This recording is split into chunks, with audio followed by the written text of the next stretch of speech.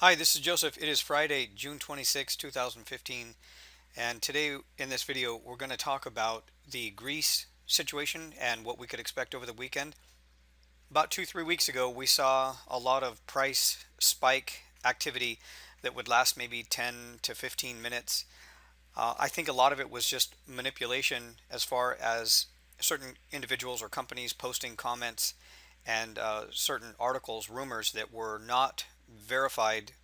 They were not confirmed statements, and they were just using anybody's name, any parliament member or an official from a central bank. And as it turns out, most of those comments afterwards, maybe 10, 15 minutes, were determined to be unconfirmed, but yet they would still move the market. And we've seen that quite a bit over the past few weeks. It's happened less and less the closer we get to the deadline with Greece and the negotiations. Yesterday on Thursday, they had ultimately meetings that ended up with no ultimate decision. There was no clarity in the meeting. There was nothing clearly decided. They're still having to go back to the negotiation table. Saturday, it's reported that they have another meeting, and today, on Friday, German officials, along with Greek officials, are supposed to be meeting prior to Saturday's meeting just to see if they can come together on some points on the plan. But I think that ultimately a lot of people are preparing for the fact that they're not going to come to any kind of agreement. And it could have a definite impact on the euro dollar. Now, we can see the euro dollar over here on the top left screen. It's been sideways inside a consolidation for the last 2 days. And that is obvious. I mean, we can clearly see that nobody wants to be on the wrong side of a trade like this when the announcement finally comes out. It's also known that on Tuesday, Greece has a huge payment that they've got to make to IMF. And if they default on that payment, there's going to be a serious reaction in the euro dollar. So I highly recommend not holding any positions through the weekend unless you've been trading on the larger time frames and you can clearly see you're trading the trend, you're trading in the direction, and you can afford the stop loss. The gap that can be created on Monday when the market opens could be pretty big. When we finally get some clarity and it's resolved, the reaction can be pretty big, and we can trade the trending move that develops afterwards. What I'm specifically looking at right now on my charts is a 1 hour time frame for the euro dollar, identifying that range of consolidation that's been put in place for the last couple of days. If it holds through today, through the close on Friday, that would be my breakout range. So if price either closes above or below those levels when the market opens on the 1 hour time frame, if I have indicator confirmation and confirmation of what's driving price and why it's breaking out, then I'll trade it, and I could expect to make quite a bit on a breakout trade. Until then, I do not want to trade inside of consolidation. So again, looking at this euro dollar chart over here on the top left, all we see is nothing but consolidation.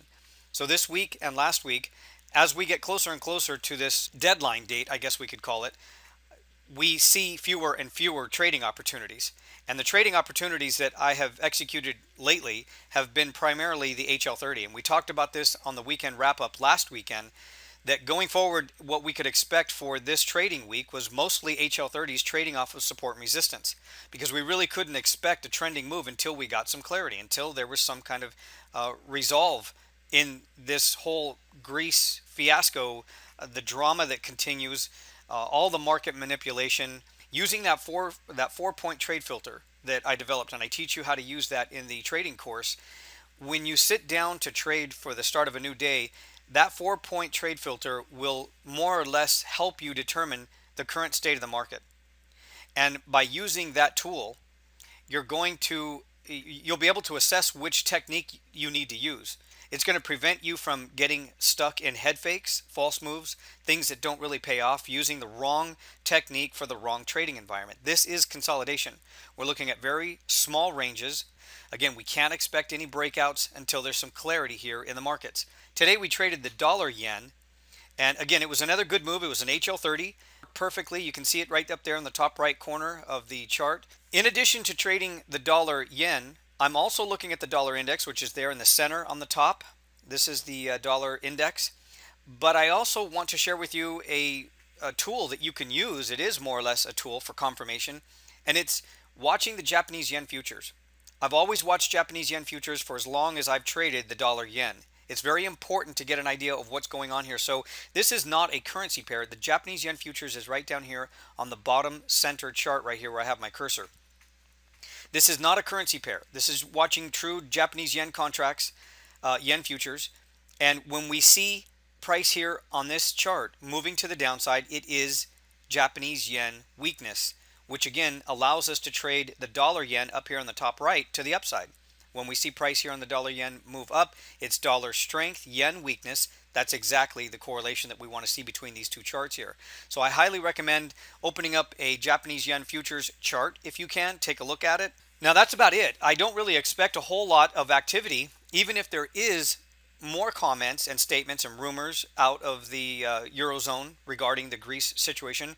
I probably won't trade that reaction. I don't recommend chasing price when it starts to move 20, 30, 40 pips unless you can confirm the source, confirm that it was a confirmed statement, and you know why it's moving. Please be very careful over the weekend. Again, I highly recommend not holding any positions if you're day trading through the weekend. Just wait until the market opens on Monday to see if there was any clarity through the weekend meetings. Below this video, I've included some recent articles and their source, so please take a look at those. It'll help you determine what to expect over the next few days and why the next 5 days could be critical for the euro dollar. Thanks for watching this video and good luck trading.